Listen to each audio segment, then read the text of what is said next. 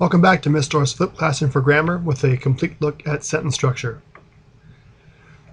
You might find it wise at this time to actually go ahead and stop the video and give yourself time to write down what's in the graphic. Suggestion: if you have a different implement you can use, like switching between a pen or pencil, I encourage you to take these first 5, which are a lighter color on the text, and make them look different than the 4 at the bottom. Largely because these 5 actually are error types, whereas the 4 at the bottom are sentences. Go ahead and take your time. You want to make sure you're able to listen to all the explanation without trying to write it down at the same time.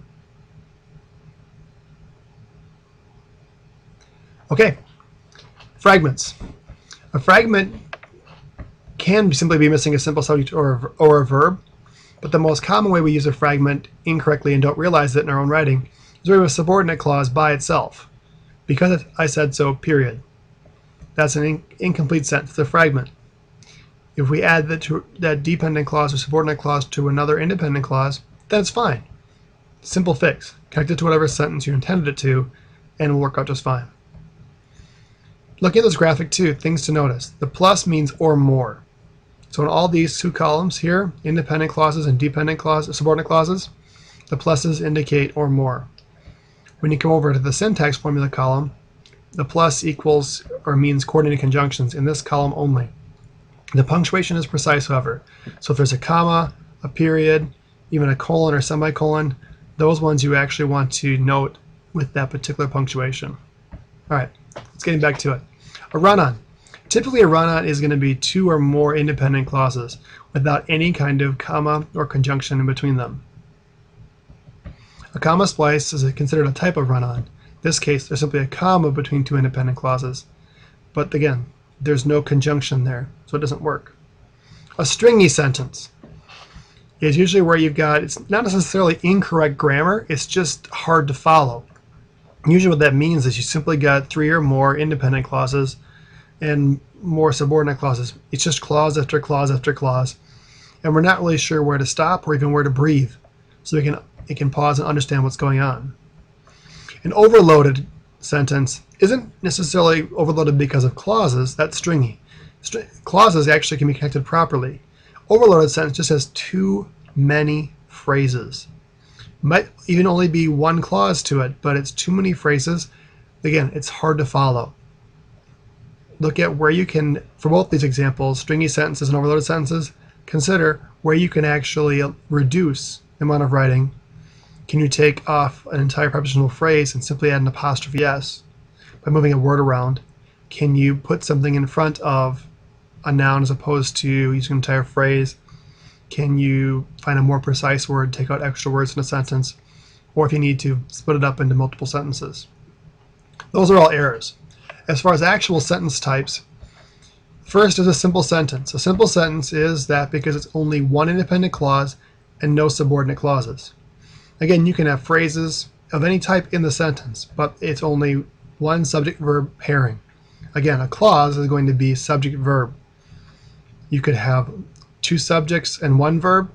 You could have 1 verb and 2 subjects, or 1 verb and 2 predicates. Those are still simple sentences and you don't have any extra punctuation in there. A compound sentence is the first time we have to look at not only conjunctions but also punctuation. A compound sentence is 2 or 2 or more independent clauses and still no subordinate clauses. Most commonly this looks like independent clause, comma, and then coordinate conjunctions or fanboys like and, independent clause, period. If it's a complete clause here, subject and verb, then you have to have a comma and fanboys. You can't have just comma or just fanboys. 2 other ways to do compound sentences, which you may feel more comfortable after you study Chapter 11 punctuation. There's independent clause followed by a semicolon and then independent clause. You don't necessarily have to have the subordinate conjunction, the semicolon, however, comma. Either way, it's still considered a compound sentence. You can also use a colon after an independent clause before the next independent clause, but that might be something you're not as comfortable with because your understanding or lack of understanding of punctuation types. Again, after you cover Chapter 11 punctuation, you might feel a little more comfortable doing this. For now, it's good to know those are considered compound sentences. A complex sentence, where it's one and only one independent clause plus one or more subordinate clauses. Common forms of this are independent clause, subordinate clause, period, or subordinate clause, comma, independent clause, period. There's another type that might be less familiar to you, where you have simple subject, subordinate clause, predicate. And so literally the independent clause is split up with the subordinate clause in between. There's probably going to be the more confusing types on the actual practice. Definitely ones you might even want to ask your teacher in advance to go over one or two with you before they even get into practice individually in the classroom. Compound complex sentences take the two characteristics of the compound and complex sentences and combine them. Two or more, just like in a compound sentence for independent clauses. And then for complex sentences, they have one or more more subordinate clauses to go with the independent clauses in a sentence. Three most common ways: independent clause, comma, independent clause with a conjunction in between, and then subordinate clause. Again, notice when a subordinate clause follows the independent clause, there's no punctuation between there. Subordinate clause can be followed by a comma if it starts a sentence, or if there's an independent clause coming after it. Independent clause, comma, fanboys, independent clause, period. Or, similar to the first one, except taking this last portion and flipping it over, independent clause, subordinate clause, comma, fanboys, independent clause. Let's get some examples. First, let's check our steps. Remember, to find each clause, you find the subjects, the verbs, and conjunctions. Use the chart to vary sentence types and syntax. Again, this is about application. This isn't about just identification for a multiple choice test.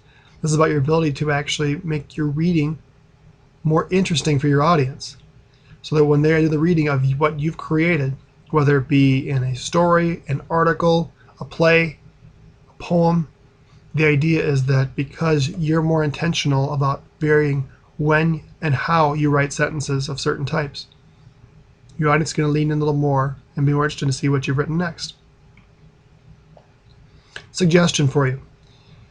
Let's assume you're working with at least a 5-sentence paragraph in general. Then one idea to create sentence variety is to use at least 3 sentence types and or syntax formulas per paragraph. Doesn't necessarily mean you can't have 3 different kinds of the same sentence, but vary them up. If you do that and start adding in prepositional phrases and infinitive phrases and gerund phrases too, all of a sudden you realize you can write any number of sentences you want without having to go into great depth or understanding. The key is to be intentional. Most of us traditionally write in 1 or 2 sentence types.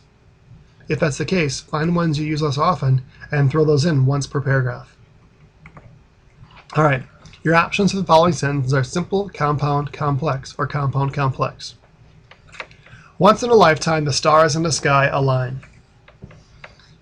So we start by finding verbs. Looks like the only verb in the sentence is align. Simple subject is not the sky aligns, but the stars align. Simple subject verb, we have a clause. There's nothing in front of the simple subject stars that says it can't be a sentence by itself. It's not a fragment. It's just a simple sentence. One subject, one verb, no subordinate conjunctions, simple sentence. Next example. My friends who were always there for me called to see how I was doing. So we have an example of verbs. We have were, called, to see is infinitive, so we're going to ignore that one, and was doing. Were, called, was doing. All right. The question is, who were always? Or who were always there? Exactly. Who? Tricky. You might have thought it was friends. And that makes sense, except who, the relative pronouns in front of it. Again, those W's when they're not in question sentences, interrogatives. So were is this relative pronoun, tricky stuff. When we have were as a linking verb, we still need this who. So who is relative pronoun? So who were always there for me? That whole part of it is a subordinate clause. The question is, who called? My friends did. My friends called. So we have that. Nothing's in front of friends that says it can't be a complete sentence. So my friends called, independent clause. Was doing, simple subject, I. Anything in front of it? Yeah, how. Just like who, how is that relative pronoun? How I was doing, subordinate clause. So we have one subordinate clause, who were always there for me. How I was doing, second subordinate clause, two subordinate clauses. My friends called to see. So, independent clause, 1. Subordinate clauses, 2. That's going to be a complex sentence. Sterling silver roses lined the path, but I still managed to get lost on my way to the city. Verbs. Lined, managed. Get looks like a verb, but we have 2 in front of it, so we're going to ignore that. So we have lined and managed. What lined? Roses. Roses lined the path. Sterling silver roses adds detail to it, but again, no if, no since, no then, no because, no who, no how. Independent clause, comma. Managed to get lost on my way to the city. Who did? I did. I still managed to get lost on my way to the city. That's a complete sentence. But it's an example of a fanboys, a coordinate conjunction. So we have independent clause, comma, fanboys, independent clause, period. 2 independent clauses, no dependent clauses, compound sentence. I did not wish to travel to not Everland. Gotta watch out for copyrights, you know. Nor did I want to stay home. We have did wish, verb phrase, to travel, infinitive, not going to pay attention to that. Did I want? Kind of tricky with the inverted there. But did want is second verb phrase. To stay, ignoring that one too because it's infinitive again. Did wish, who did wish? I did wish. So nothing in front of that. No if, no because, no that. So that's an independent clause. Over here, did I, who did want? I did want. So looks like an independent clause again. Question isn't a sentence. We have an independent clause. Do we have any fanboys? Yep, we have nor. What punctuation is missing and where should it go? I did not wish to travel to not Everland, nor did I want to stay home. If you listen to when I delivered it, there was a pause. The pause was before the word nor and after Everland, in which case there should be a comma there. Independent clause, comma, fanboys, independent clause, period. This is our last game, will be our best game too. Verbs, is, will be. What is? This is. This is our last game. Independent clause, fine, no problem. Fanboys, okay, so we're thinking we got a compound sentence. Problem. Will be. No simple subject there. Therefore, we make sure we actually realize we have simple subject, predicate, fanboys, predicate again. It's a compound predicate. No comma, that's correct. It's a compound predicate. There's only one subject. Only one subject tells you it has to be a simple sentence. Do the practice. Take your time. Make sure you write down the syntax formula. Syntax, in case you didn't know, is the word for order or sequence of words in a sentence. Write down the formula. Identify things as independent clauses, subordinate clauses. Note punctuation and conjunctions, so that when you determine a sentence type, there's a reason why you chose that, not just because you were guessing based on how long the sentence was or because you happen to notice a particular word or two in a sentence. Count them up. I know this took time. It will take time to learn this if it's all brand new to you this year. But you can do it. Good hunting.